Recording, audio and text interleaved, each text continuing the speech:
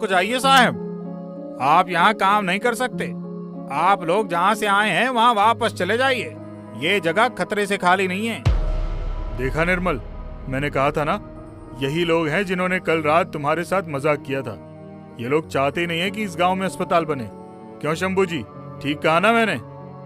देखिए, आप लोगों को जो समझना है वो समझ लीजिए, लेकिन हम आपको इस कब्रिस्तान को हाथ लगाने नहीं देंगे। ये एक शैतान की कब्र है जिसे कई सालों पहले हमारे पूर्वजों ने तंत्र विद्या से कैद कर दिया था। अगर किसी ने इसे हाथ लगाने की कोशिश की तो वो शैतान उसके साथ साथ पूरे गांव का भी सर्वनाश कर देगा।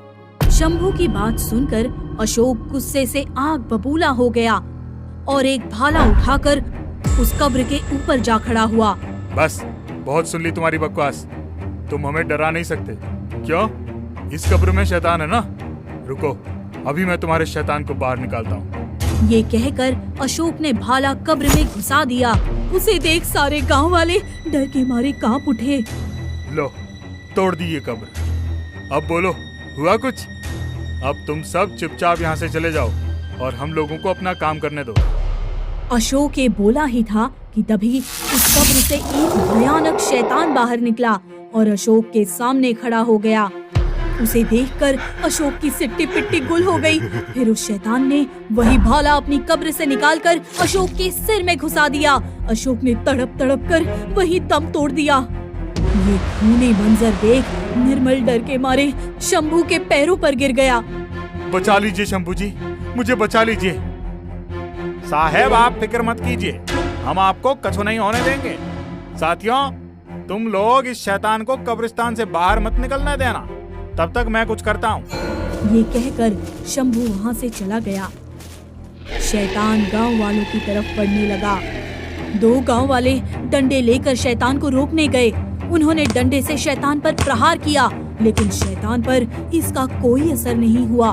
फिर उस शैतान ने गांव वालों पर अपनी शक्ति छोड़ी, जिससे वो दोनों जलने लगे।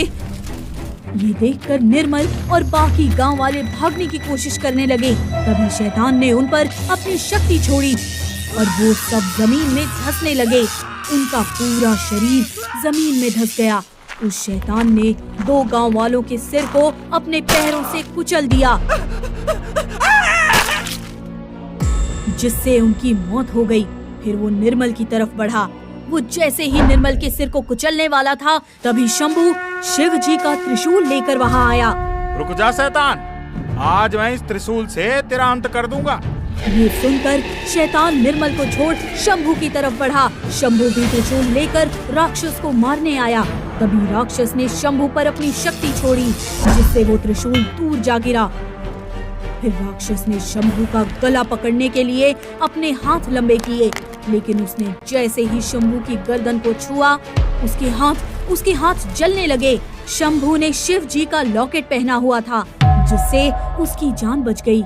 इतनी ही देर में उसने वो त्रिशूल उठाकर शैतान के सीने में वार कर दिया, जिससे शैतान जलकर भस्म हो गया। शैतान के जलते ही निर्मल भी जमीन से बाहर निकल आया। इस तरह निर्मल की जान बच गई।